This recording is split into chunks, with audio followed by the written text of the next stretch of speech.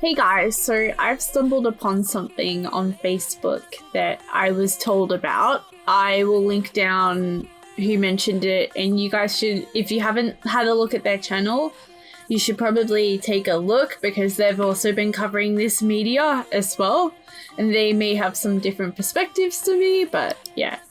So, this post here says, statement, due to legal reasons, our content on the Deputy Premier of New South Wales has had to be removed. Consequently, we will not be commenting further on this platform or on air about the matters now before the courts. Now, I'm pretty sure we all know exactly what they're talking about.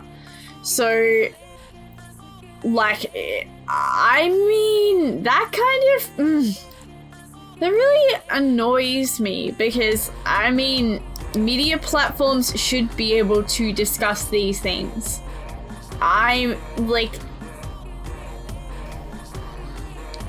How ridiculous is Australian mainstream media? Over a year of dog whistles from them calling Dan Andrews Dictator Dan for following health experts' advice to keep Victoria safe.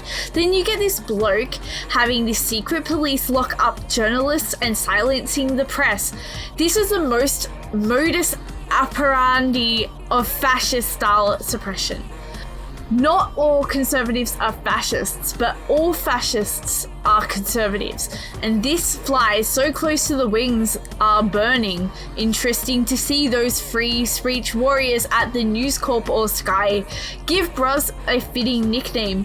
Won't hold my breath. Hashtag free Christo. Like, this person has a really good point. So, like, the news and everything, all of last year during the lockdown, they were saying Dictator Dan.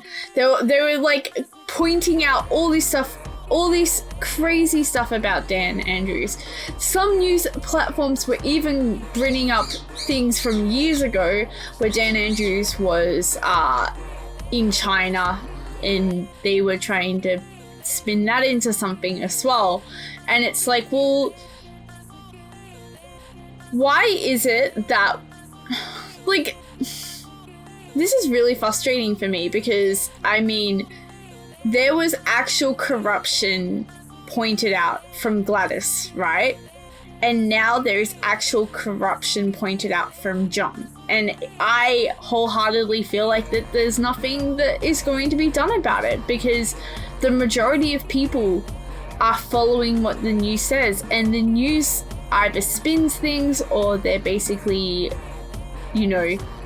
they're creating people to follow an agenda pathway because they really have an agenda. I forgot to also point out that part of their agenda is the fact that they're trying to stop independent journalism because it is a threat to their, you know, careers. These independent journalists are going out of their way finding information and reporting it without any form of dictation from higher-ups.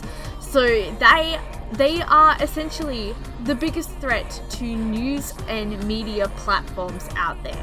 So that is a massive agenda for news and media platforms to either A, silence people, or B, push in false narratives so people, as in the masses, will actually follow and believe a certain thought path. They want people to support certain people and they don't want people to support certain other people. And that seems to be exactly what's going on now. I mean, it's exactly the same thing. Exactly what this Michael person is saying. I think that it's worth looking at that. Now, the person who I got this from was actually this lady here. Her name is Joanne Crotch. I'm not sure how to pronounce her last name, but she has basically been talking about a lot of things. She's been making a few videos about that, so I'm going to subscribe. I reckon that you guys should give this woman some praise too. Like, as you can see, she's been commenting on a few things as well, and I mean, if she is doing that, we want to support people who are doing that thing, so check out her channel.